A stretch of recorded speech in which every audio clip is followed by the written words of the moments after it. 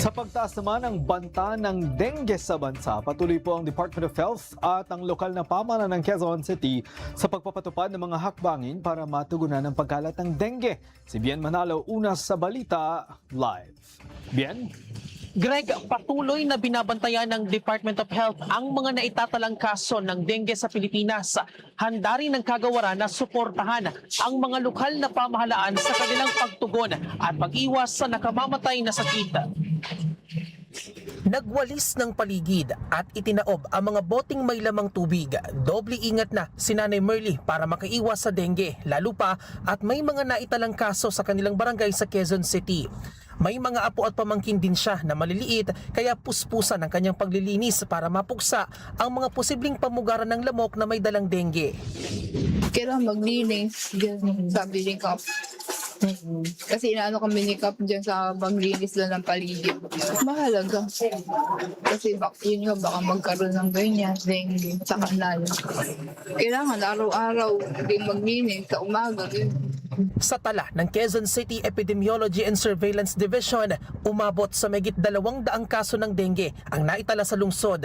Mas mababa pa rin ito ng 71% kumpara sa kaparehong panahon noong nakaraang taon.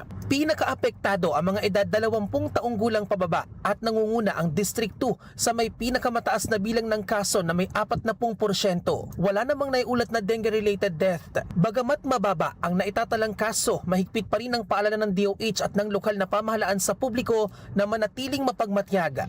Ang DOH ay patuloy na nagpapaalala sa mga publiko na magpakonsulta ng maaga habang may anumang simptomas tulad ng mataas na lagnat na 40 degrees Celsius o mas mataas, sakit ng ulo, pananakit ng tiyan, pagduduwal, pagsusuka o pantal. Nagsagawa naman ng dengue awareness lectures ang Quezon City Health Department sa iba't ibang barangay sa lungsod. Tinalakay dito ang water safety, search and destroy strategy at iba pang paraan para mapigil ang pagdami ng mga lamok. Hinihikayat din ng mga residente na agad na magpakonsulta sakaling makaranas ng mga sintomas ng dengue at ang mga barangay na regular na magsagawa ng cleanup drive.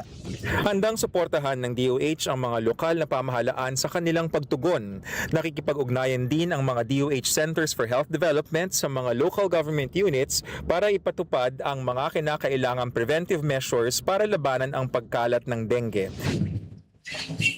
Greg, muli namang nagpaalala ang Department of Health sa ating mga kababayan na panatilihin ang kalinisan ng kapaligiran at sundin ang kanilang kampanya na taob, taktak, tuyo at takip at alas 4 kontra mosquito para makaiwas sa nakamamatay na dengue. At yan ang pinakahuling update. Balik sa iyo, Greg.